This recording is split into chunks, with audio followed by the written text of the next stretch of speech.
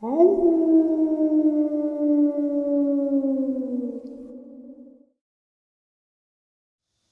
greetings and salutations, everyone. I do hope everyone is still doing well, and welcome to today's bonus upload. Before we jump into it, a couple quick links. As many of you know, I rely on Patreon, PayPal, channel membership, and the merch to help the channel to continue to grow and go. Links to Patreon, PayPal, and channel membership is in the description below. Merch displayed directly under the video. Also, Dogman Frightening Encounters, Volume 1 through 3, the audiobook versions. They were written and researched by Tom Lyons, narrated and produced by me, Jeff Nadolny. Those audiobooks are available on Audible, Amazon, and iTunes, links to which are also in the description as well. And finally, last but definitely not least, if you'd really like to help support the channel to continue to grow and go, simply subscribe. It does not cost a cent. Click the like button. It takes half a second.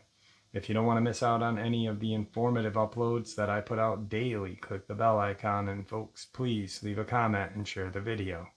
Why? Well, because all of these things really do help the channel to continue to grow and go. They definitely do matter, and they are appreciated. And with that, I have taken far too much of your time. Let's jump in to today's bonus, shall we? So throughout the Dogman and Cryptid research, investigation, and narration, I've talked with police officers, government agents ranging from park rangers all the way up to alphabet agents. But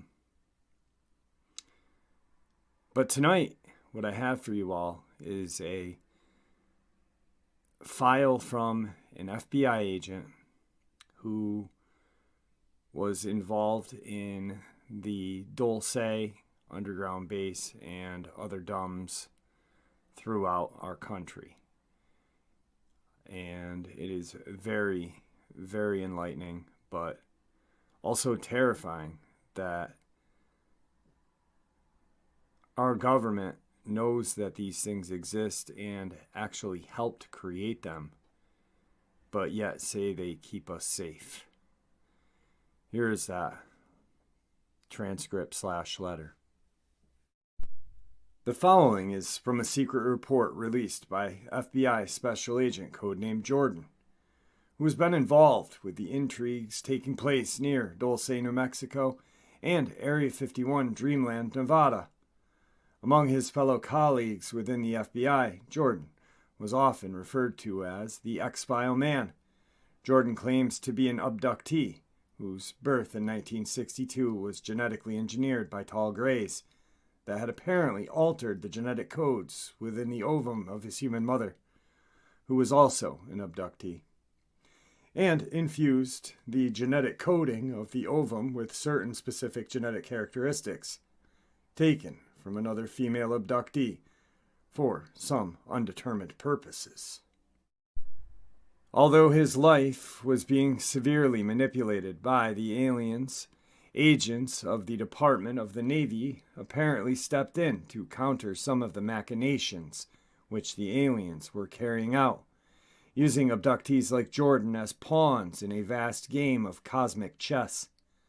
With the permission of the agent himself, the following was reproduced from Maya Adams' book, The Exiles. Incidentally, the author uses the British spelling of gray with an E, rather than the American spelling of gray with an A. Just in case the reader was wondering which is the correct spelling, they are both correct. The account I am about to give is based on my experiences and personal investigation I have conducted over the past several months. I cannot, and in a few instances I specifically prevented from, revealing where and when I acquired all of this information I will present. I will state that on 2 occasions I deliberately violated secure areas, and on 1 occasion participated in a rather unorthodox field interrogation in order to obtain data. I also deliberately involved several innocent parties who, unfortunately, may become subject to penalties, which should rightfully only be mine. I have lied, and I have done so knowingly and repeatedly in order to elicit information and in order to cause governmental entities to react to moves they only thought I was making.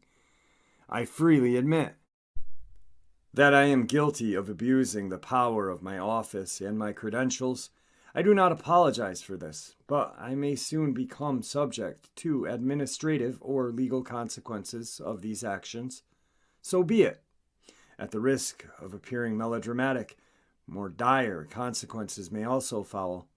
I can only state that if resistance is within my power, I will not go quietly. I am taking the precaution of disseminating this account, both on paper and disk, to several individuals solely and exclusively as the means of forestalling the desirability of attempting to silence me entirely. It is my belief that revenge would not be the goal of those opposed to my efforts, but rather the prevention of the leakage of information. As a copy of this report is now in your hands, I urge you to make numerous additional copies and place these copies in several locations to avert efforts at recovering all of them. Let me be very clear. If my opponents are able to recover all of the copies of this report, then they will inevitably turn to the matter of muzzling me as the only remaining threat to security they face.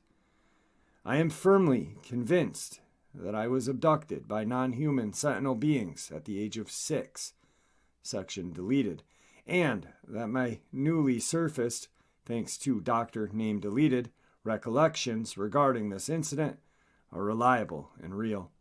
These beings strongly resembled the gray breeders I will describe below, but as I remember, no workers. I can't be entirely sure of what these beings represented.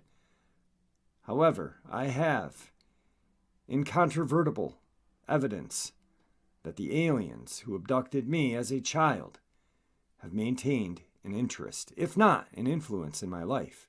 This evidence has already been provided to those who could make the best use of it. The Department of the Navy is a relatively small clandestine agency within the United States government, which is staffed primarily by individuals ostensibly recruited and trained by other elements of the federal government. It is funded and supported by the NSA and is also augmented by very tightly compartmentalized elements of the armed forces. I believe that Blue Light is the original code name for the United States Army EBE-related unit, which was allegedly converted into the now famous counter-terrorist Delta Force and other governmental organizations.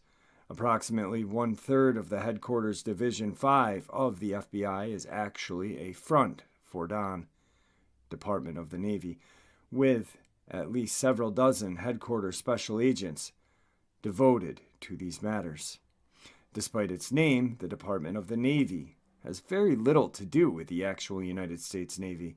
Its existence is known only by the extremely limited number of individuals, and its actual mission is known by an even smaller number.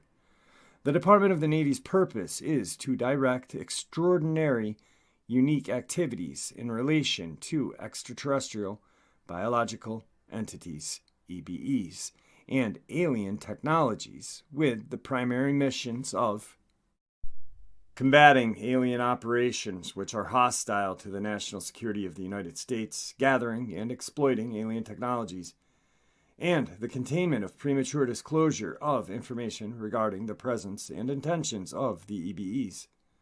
Ironically, while NASA supposedly suspects or knows that there are alien artifacts on the moon and is suppressing data on this subject, this was only mentioned to me as an aside. NASA has no official role in dealing with the EBEs. This is not to say, however, that NASA, like the rest of the overt government, is not penetrated by some Department of the Navy personnel. Furthermore, the Department of the Navy has had some interaction with NASA personnel who accidentally became aware of too much. I was also told that an overt NASA effort to detect non-human civilizations was doomed to failure, but I was not told why. The Greys are divided into quasi-sentinel asexual workers who are, on average, 4 foot tall, and dominant breeders who have large eyes and are on average almost 6 feet in height. Both types of Greys have 4 fingers on each hand. This alliance emerged from the successful recovery of several apparently crashed Grey craft and the subsequent establishment of relations with the species. This relationship is, for the time being, clandestine by the choice of both parties and involves a very limited and gradual sharing of information and technology by the Greys. Note, this would seem to contradict the earlier statement that the Department of the Navy is interested in defending our national security from malevolent alien species. However, we must understand that initially the decision of MJ-12 to establish contact with the Greys was partly motivated by national security concerns. For instance, the desire for advanced weapons, the establishment of a treaty with the Greys in order to appease any intent on their part of taking control, all the while studying them and their weaknesses. In reality, it seems as if some of the intelligence agencies were attempting to do to the Greys what they have done to other cultures, including our own. That is, use the treaties as a weapon against the Greys to infiltrate their operational structure and find out their weaknesses and exploit their technology at the same time. According to contactees, most of the human cultures who have been taken over in the past as a result of the Trojan horse treaties with the Greys were sincerely blinded by the Greys' platitudes of benevolence and friendship. Much more cynical and untrusting intelligence agencies of planet Earth, who were no strangers to war and betrayal, although hoping for the best, were at the same time preparing for the worst once the treaties were established. In the end, the choice of the Greys to play their hand and match wits with the intelligence agencies of planet Earth, whose cunning and expertise of manipulation are notorious, may ultimately be their downfall. Nevertheless, these agencies on Earth are playing a high-risk game. In their bid to gain galactic intelligence and technology with the Greys, they run a high risk of having many of their own agents fall under the psychological control of the Greys. In other words, while reaching one hand out in a feigned friendship toward the Greys, the other hand is busy developing technical weaponry in the hope of potentially exploiting, conquering, and destroying them, just in case they turn on us. We must admit that there are various different motives in dealing with the Greys. The elite globalists, of course, need the Greys' mind control technology to assist in the implementation of their planetary dictatorship. Others want nothing to do with the Greys, but desire only their technology. In a strange twist of irony, the military alliance and subsequent resistance to the Greys may work for the eventual good of the planet. The reason for this is the fact that in their attempt to infiltrate and subvert our planet, the Greys made some grave underestimations. One of the major mistakes they made, probably out of fear of reprisal, resulting from the growing knowledge within intelligence agency of the blatant betrayals of the treaties, was to jump the gun and attempt a planetary takeover before they were ready for it. They discovered that their methods, which have succeeded in other worlds, did not work quite as well on planet Earth. When the takeover came about, they were only able to conquer a large segment of the underground world, whereas their attempts to use their human agents on the surface to take control of the world above by precipitating a full totalitarian coup in America was strongly resisted. Because of this resistance, they could only achieve no better than a stalemate. Now it is a tooth-and-nail battle between freedom-loving sovereignist humans above and freedom-hating collectist reptilians below for control of the minds of the leaders of the military-industrial complex, which operates both above and below the surface of the planet. Whichever side comes out in control of the MIC will possess both worlds. The aliens are running scared because in 1989 their secret, the Enigma, came crashing through the surface and out into the open when Bob Lazar had the guts to come clean about what was happening at Area 51. Once he stood up to the beast, others joined him in his crusade. John Lear, William Cooper,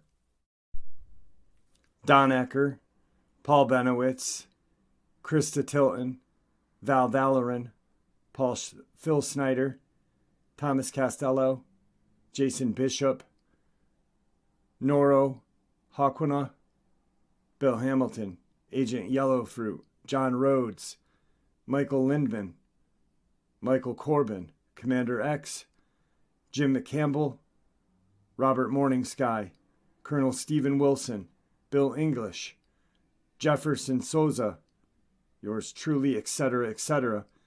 I cannot name all of the names here, as the list grows every day. Although many of these may have some heated personality and philosophical differences among themselves, they nevertheless have the same thing in common. Each of them possessed a different piece of an overall puzzle on the human-alien interaction. Once the dam broke, so to speak, what had previously been a situation that was out of control in respect to the U.S. government became a situation that became out of control for the Greys, except some rather desperate attempts by the Greys in the future to resolve the situation and take back control. As I said, they are running out of time, and they are running scared and desperate. Beings do desperate things. Will they simply concede defeat and leave this planet? Or do they consider planet Earth and its resources to be the key to a continued survival of their empire? I personally get the feeling that the inferior leaders of the reptilian collective or hive have already invested too much in this planet to leave it so easily. This means that a resolution of the situation will be up to the United States and hopefully more than a little divine intervention.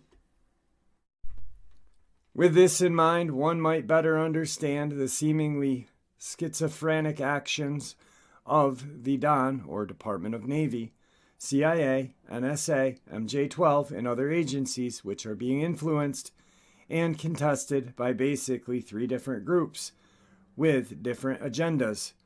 Those intent on maintaining true national security, those intent on selling out the U.S. for personal gain, and those in the middle who are just obeying orders and essentially don't know where they stand. Several sources claim that the United States Navy structure has been infiltrated to some extent by fascist elements operating deep within the CIA and NSA, in an effort to use its organizational structure to serve their unconstitutional agendas, in most cases without the knowledge of most Navy personnel themselves.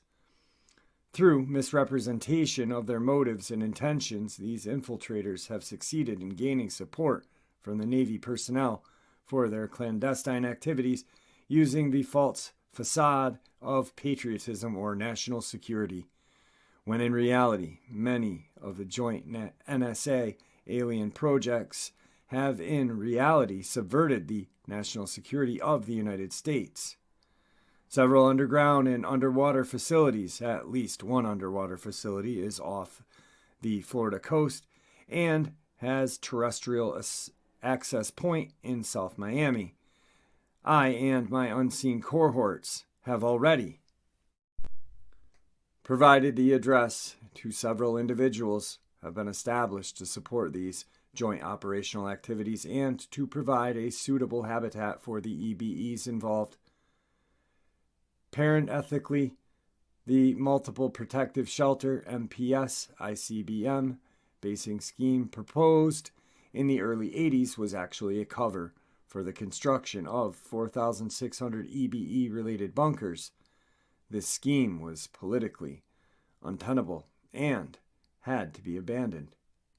but would have allowed for a tremendous expansion of alien activity in the United States. There is presently an ongoing competition for influence, if not outright domination, over the Earth and its life forms between the Greys and other species commonly identified as reptilians or lizards. It is supposedly known that this species ominously refers to itself as Earthlings. I was shown extremely clear photographs of examples of this species.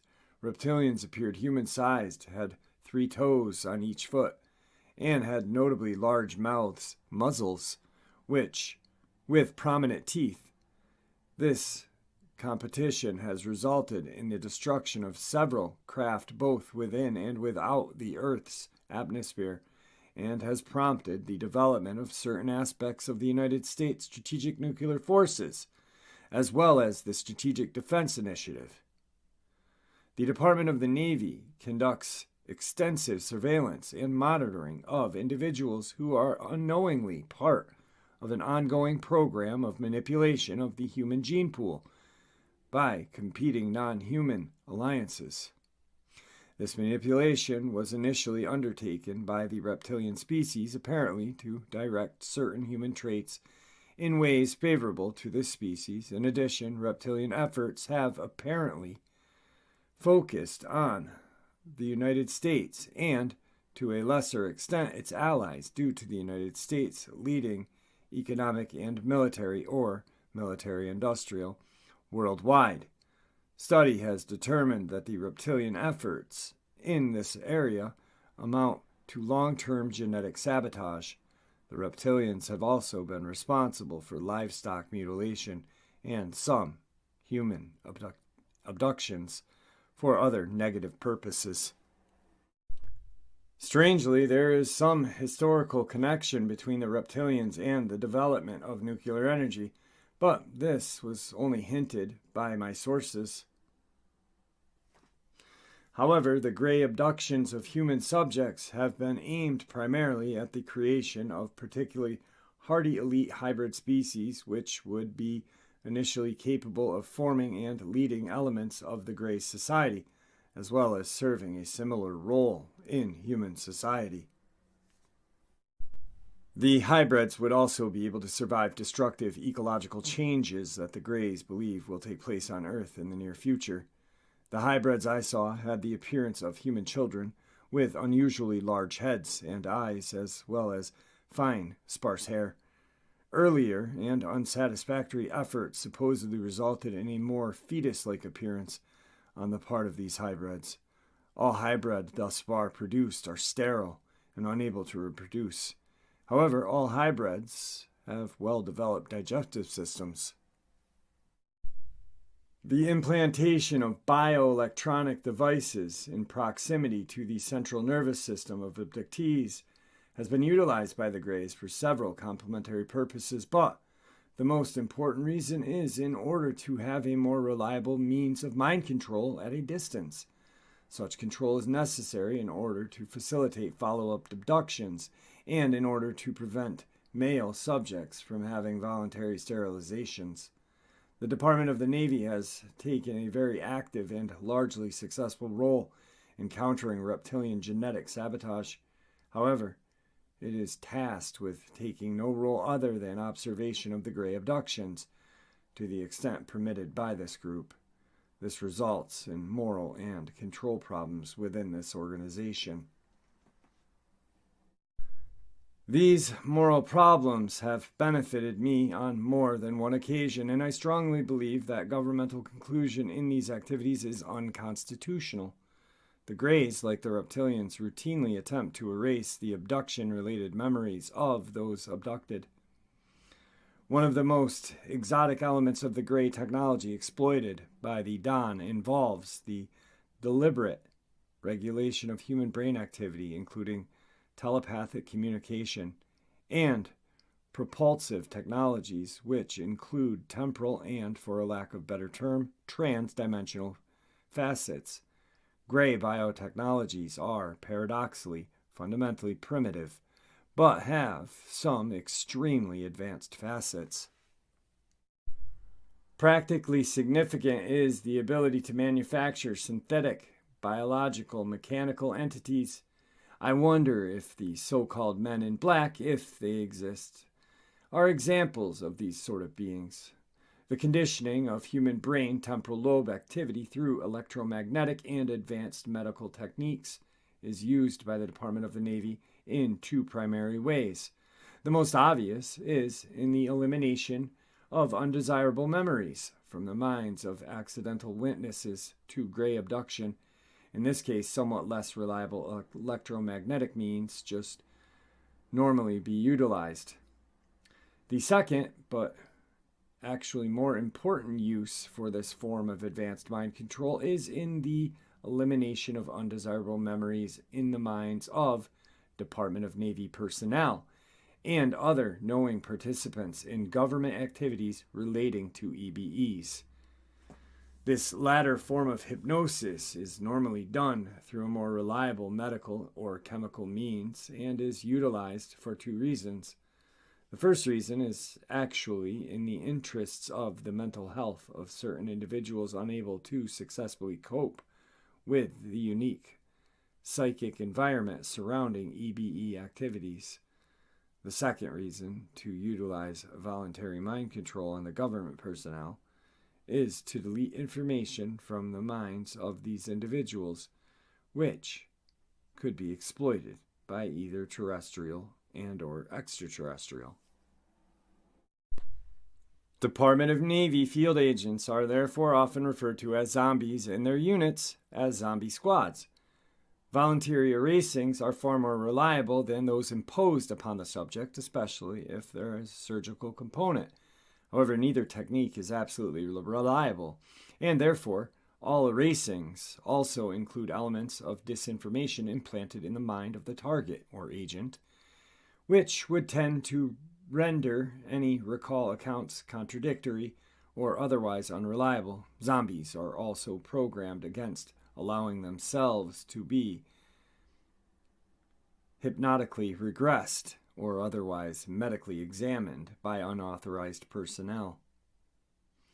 This is practically important, as most of these agents have implants placed in their bodies by the Greys to supposedly monitor Department of Navy compliance with mutual agreements.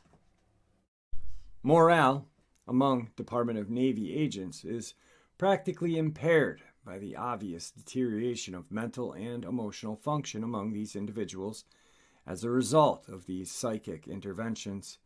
The Department of Defense has been a primary beneficiary of alien-derived tech, which has been disseminated in a largely covert manner. In other words, even the military engineering units and defense contractors involved have been unaware of the actual source of key breakthrough techs supplied to them. Although some alien technology has been adopted, specifically in the hypersonic blank stealth and blank reconnaissance program, and some anti-gravity drive extraterrestrial craft are now being actually duplicated. I was shown one hovering almost silently in a hangar at a subsite of the Nellis Air Force Base, and can state that rumors regarding such craft were accurate. The most significant alien tech being acquired are supposedly in the field of computing.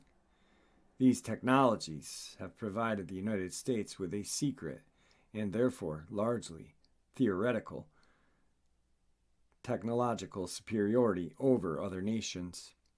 I will also mention that I was flown aboard a helicopter of a design I had never seen before, which was not only unbelievably quiet, but could also cloak itself from being seen by the naked eye during the hours of darkness, using a system referred to as blank.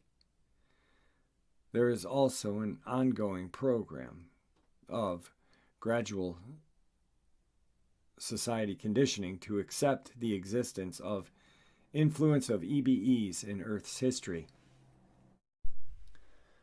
Accordingly, the Department of Navy currently has plans to eventually stage a first contact event similar to the depicted in the film Close Encounters of the Third Kind, so as to prevent any immediate disclosure of the fact that first contact actually took place 50 years ago, mid-40s.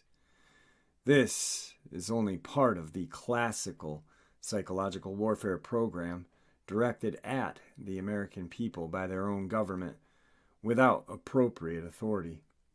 There is also an Department of Navy effort in progress to fully identify other alien entities which has had an impact on this planet. Specifically, there is an EBE species known as that of the Birdman, which is believed to be somehow reptilian related. Various known among sources as the Mothman, Wind Draco, pterodactyloids. There is also an alien species which has been identified as the babies for their somewhat neonatal appearance. These might be some sort of hybrid humanoid. The interspecies rivalry currently in progress involves elements of what can only be termed espionage. In other words, both sides have utilized tactics and strategies usually associated with covert intelligence agencies. The most striking tactic employed by the reptilians is that of the false flag, which involves the portrayal of hostile reptilian actions as being those of more benign species. This particular technique has been focused on the United States government on several occasions, and in one incident that was recounted to me resulted in the killing of numerous Greys by the United States military forces. The dissemination of disinformation is also a favored technique. The utilization of mind control techniques by both sides makes this particular espionage game a difficult one to comprehend or master. And as they say, the truth is out there, but can we recognize it when we see it? Folks, I do hope you all enjoyed today's bonus as much as I enjoyed sharing it with you. Just some absolutely fascinating and yet very terrifying information. I'd like to thank you all for supporting the channel. It is, after all, your support that helps this channel to continue to grow and go, and what gives us all a place and a chance to share our experiences and theories, judgment-free. Everyone is simply treated with the respect that we deserve. Please, everyone, stay safe, happy, healthy, and ever vigilant, keeping an eye on our children, pets, family, and friends. These creatures are real. These events have happened. Share this information with those you love and care about, and it may just help save their lives someday. Until next time, never stop asking questions, never stop searching for the truth, and God bless you all.